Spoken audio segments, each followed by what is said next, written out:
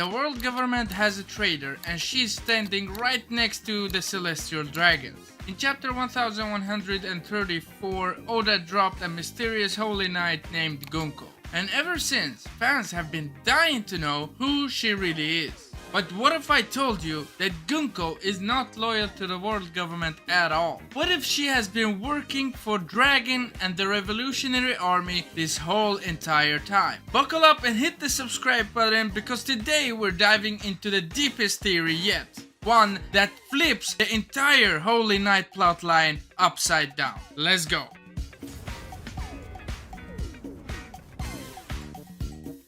Now I just want you to know, nothing has been said or known about Gunko to be a traitor or something. This is my personal theory and my personal opinion. Let's start with the most obvious clue. Gunko's design. Her design hints at a hidden past. Bandages covering her face and knees. Heterochromia, one dark eye and the other one light. Mysterious, silent, and unlike the other Holy Knight. And one fact though, she is listening to the song New World. Who's this song made by? Yeah, you guessed it, Boruku. And why does she listen to that song? Does she resonate with it somehow? We'll find out. But if I go back to her look, this is the look of someone that has seen hell throughout their life, survived it, and is now hiding the battle scars and seeking revenge. Oh yeah, and we all know what bandages represent in anime. They just scream trauma and agony. They scream of a terrible life filled with dangers and animosities. Oh yeah, and about her two different eyes, well, yeah, that's just a classic. It's a symbolism for dual identity. Who is Gunko really? Is she a revolutionary or is she part of the world government? Who is she fighting against? Why is she listening to the song New World? Is she envisioning a new future? Or does she want things to stay the same? What if Gunko is just a mole, bro? I mean, her design screams Revolutionary Army, right?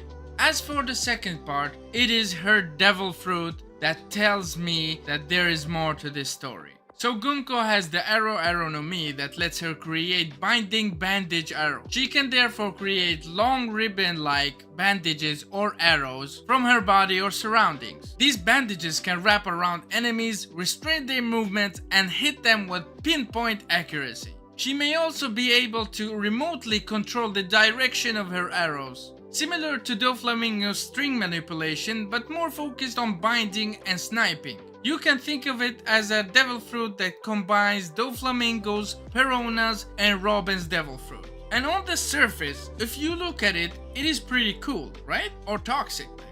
But if you look deeper, it's kind of genius. The world government binds the world with fear, control, and propaganda. And the Revolutionary Army wants to break those chains. So why does Gunko's powers literally bind people? Because she's turning them against themselves. She's turning their tools against them. Imagine her using her powers to benefit the Revolutionary Army by restraining CP0, for example, holding back the Celestial Dragons, and even making up a fake execution. All this while she is inside the world government. Have you ever thought why and how the Revolutionary Army could get inside Marie Joie? Nobody has ever done it before. At least we haven't heard that somebody has infiltrated Marie Joie before. Not to mention take out their entire food supply. How the hell did they manage to do it if it wasn't for Gunko? Moving on. So Oda drops the Holy Knights very late in the story. And that's kind of suspicious. Of course, there has been quite a few hints in the early parts of One Piece, especially with Shanks' meetup with Whitebeard. But Oda dropped their name relatively far into the story. Why would he suddenly reveal a squad of this elite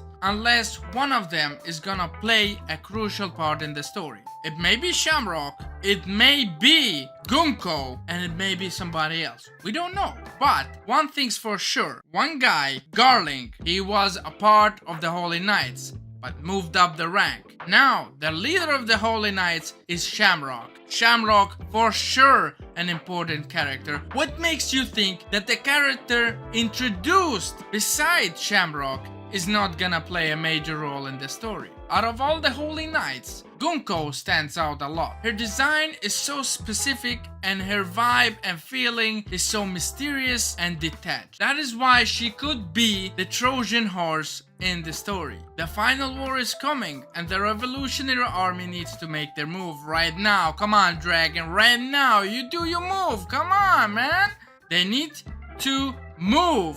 And the one that is going to help them is going to be an inside agent named Gunko. I mean, come on, Oda, you love to do the traitor thing. You love to do it for either side. Violet, she betrayed Doflamingo. Tanjiro, he betrayed the Scabbards. And now we can have Gunko betraying the Holy Knights and the world government. Now, here is where it gets a little bit wild if it hasn't already gotten there. Because I'm just asking the question, what if Gunko was a part of the same experiment as Kuma? She could have been a test subject just like him. Maybe Dragon tried to save her but couldn't get her out completely. Instead of escape, she maybe chose espionage. Maybe she is the second daughter of Ginny. I mean, come on, they look quite alike, right? No? Is it only me? Maybe, I don't know. But yeah, I was just going crazy, it just popped up in my head and I had to present it to you guys. But yeah, basically a living ghost within the system, never turning into a pacifista, but turning into something even more dangerous for the world government, a spy. But unlike Kuma, she remembers every single thing. She's cold because she had to be. She's silent because of every monster around her. But when the war starts, she'll snap the chains of herself. I think Oda, just like Nico Robin, is going to reveal Gunko as this credible threat to the Straw Hats, and then have her have a change of heart at the last second. Maybe she's not an outright spy for the Revolutionary Army. Maybe she's just someone that had a tragic past, but she worked her way up to the highest ranks of the Holy Knights. Maybe she wants to change something from the inside, and that's why she's longing for a new world. As creepy, dark, cold as she is, I cannot feel a villain coming out of her. Anyways guys, I hope you like this theory. I kind of wrote it on my way home in the train, so I hope I didn't mess anything up. I hope I didn't mess some facts up. If I did, please let me know in the comments down below. Subscribe to the channel, hit the like if you enjoyed, and comment down below what do you think about Gunko being a traitor. What do you think about this theory? Yeah, this is all I have for you guys. I, again, hope you enjoyed, and I see you guys next time. Haki Review, out.